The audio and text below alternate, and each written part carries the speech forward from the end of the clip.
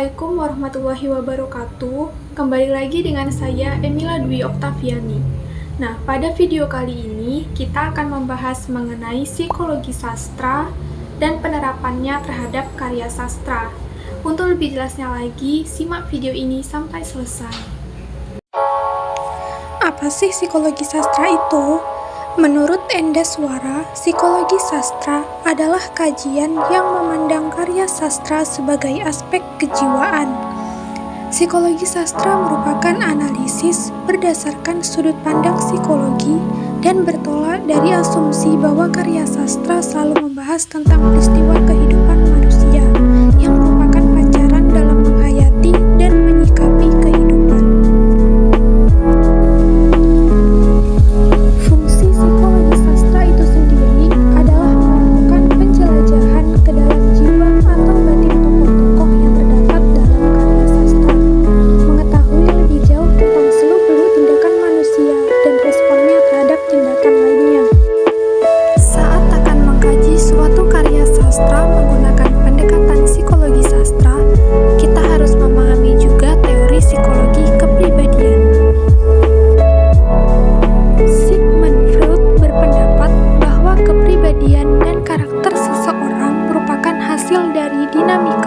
Komponen di alam bawah sadar.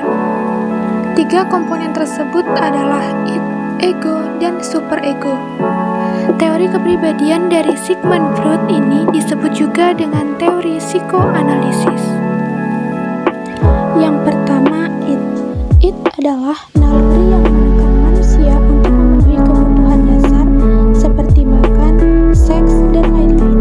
Id bertujuan untuk memenuhi hawa nafsunya tanpa memedulikan apapun. Yang kedua, superego. Superego adalah moralitas yang terbentuk dari lingkungan, bisa jadi dari larangan orang tua, hukum-hukum, dan norma yang berlaku. Superego bertujuan untuk mentaati peraturan. Dan yang ketiga adalah ego. Ego muncul sebagai penghubung antara id dan superego. Ego berada di alam sadar dan tak sadar yang membantu manusia untuk memutuskan dan menyelesaikan masalah. Ego selalu bergerak berdasarkan realita. Baiklah, untuk contohnya saya akan mencoba menerapkan teori psikologi sastra pada sebuah film, yaitu film Miracle in Cell No. 7. Sebelumnya, saya akan membacakan sinopsis dari film ini terlebih dahulu.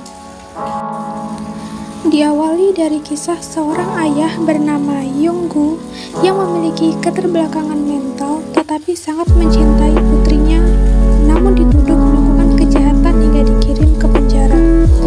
Kemudian putrinya, yakni Yesung, yang merupakan seorang siswa di sekolah hukum, bekerja keras untuk membuktikan bahwa ayahnya tidak bersalah.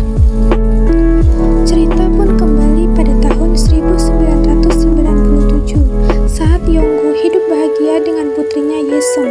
Mereka mampir ke toko setiap hari untuk melihat ransel Sailor Moon kuning yang dia harap bisa dibelikan untuk putrinya. Suatu hari, mereka melihat bahwa ransel itu akhirnya dibeli oleh seseorang. Yong-gu masuk ke dalam toko untuk membelinya, tetapi ayah lain yang membeli ransel itu akhirnya menampar Yong-gu. Keesokan harinya, gadis yang membeli ransel Sailor Moon kuning melihat Yong-gu bekerja di tempat parkir toko kelontong. Dia mengatakan kepadanya bahwa dia tahu toko lain yang menjual ransel kuning yang sama. Yong-gu kemudian mengikuti gadis itu. Beberapa saat kemudian, gadis itu terbaring di tanah tak sadarkan diri dan Yong-gu sedang mencoba melakukan CPR. Kemudian, seorang perempuan lewat dan memanggil polisi. Karena itu, Yong-gu dituduh melakukan penculikan dan pembunuhan. Ayah dari gadis yang meninggal itu adalah Kepala Badan Kepolisian Nasional. Akhirnya, Yong-gu diberikan hukuman mati dan dipenjara. Polisi dengan cepat memanfaatkan kecacatannya dan memaksanya untuk mengakui melakukan kejahatan sambil mengabaikan bukti yang sebenarnya dapat membebaskannya. Yong-gu dipenjara dan ditempatkan di sel nomor 7, yang merupakan sel paling keras di penjara dengan keamanan maksimum. Saat di penjara, Yong-gu berbagi Suatu hari, Yonggu menyelamatkan nyawa teman satu selnya So Yang-ho dari pemimpin geng penjara saingan. Yang-ho kemudian menawarkan untuk membantu Yonggu dengan cara apapun yang dia bisa untuk membalas budi. Yonggu memberitahu So Yang-ho bahwa dia ingin melihat putrinya Ye-seung. Kelima narapidana itu kemudian berencana untuk membuat keajaiban terjadi yang akan mempertemukan pasangan ayah dan anak tersebut. Nah, baiklah, langsung saja kita mulai melihat beberapa adegan dalam film Miracle in Cell No. 7 ini. 예승이 거. 예승이 거. 예승이 거야 이거. 셀럽 가방. 누구예요? 예승이 거. 예. 뭐야?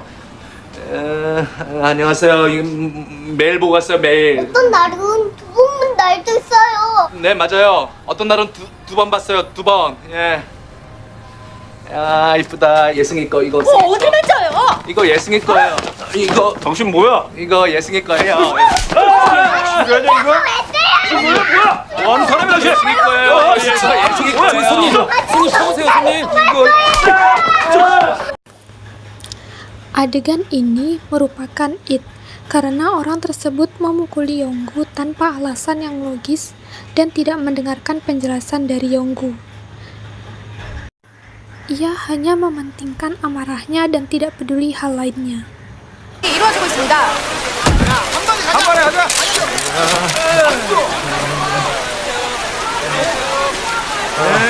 목 졸랐어. 가슴 눌렀냐? 골땡 때리고 뽀뽀뽀뽀. 아니 저 보자니까. 다음에 보자. 야, 다음. 됐겠네. 같이 이렇게 혈액순환 그래, 좋구나. 그래. 뭐하냐? 너도 바지 벗어야지. 바지 안 돼요. 뭐하니? 바지 체크해요. 빨리 끝내고 밑달리 보러 가야지. 응? 아 예승이 오, 예승이 우리 예승이. Adegan ini merupakan It. Pada adegan ini, para polisi memaksa Yonggu untuk melakukan rega adegan palsu terhadap korban. Karena Yonggu memiliki keterbelakangan mental, para polisi memanfaatkannya untuk dijadikan tersangka kasus tersebut. Tanpa memedulikan bukti-bukti lain, polisi menuduhnya agar kasus tersebut cepat selesai.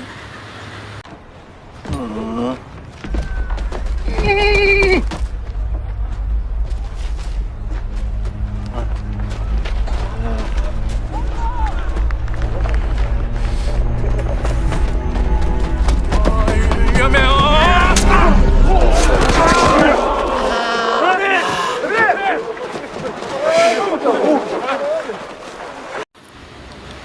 Adegan ini termasuk super ego.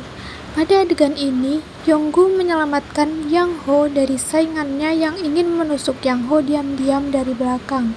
Yonggu mencoba melindungi Yang Ho walaupun dia yang akan terkena tusukan. 뭐하냐? 뭐 임마? 왜? 저기요. 뭐? 여기 뭐? 우리 방에 우리 방에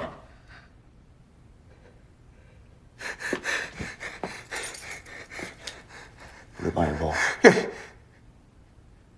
야 우리 방에 뭐 임마? 에? 야 방 하나만 더 주세요. Adegan ini termasuk super ego. Pada adegan ini, Manbum tidak jadi melaporkan Ye-seung kepada penjaga penjara karena iba, walaupun ia mengetahui resiko jika mereka ketahuan.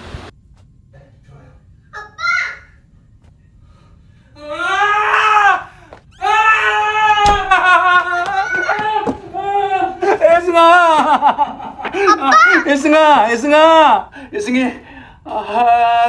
감기 걸렸어? 이제 다 나았어. 말랐어 예승이. 아빠도. 아빠 괜찮아. 아빠 예승아. 우리 선생님이야. Adegan ini termasuk ego. Pada adegan ini, Ye-seung meminta agar gurunya mengantarkannya ke penjara untuk menemui ayahnya. Hal ini termasuk ego karena sesuai dengan realita. Seorang anak yang merindukan ayahnya pasti akan melakukan berbagai hal untuk bisa menemui ayahnya. Baiklah, sekian materi yang dapat saya jelaskan mengenai psikologi sastra. Apabila terdapat kesalahan, saya mohon maaf. Sekian, wassalamualaikum warahmatullahi wabarakatuh.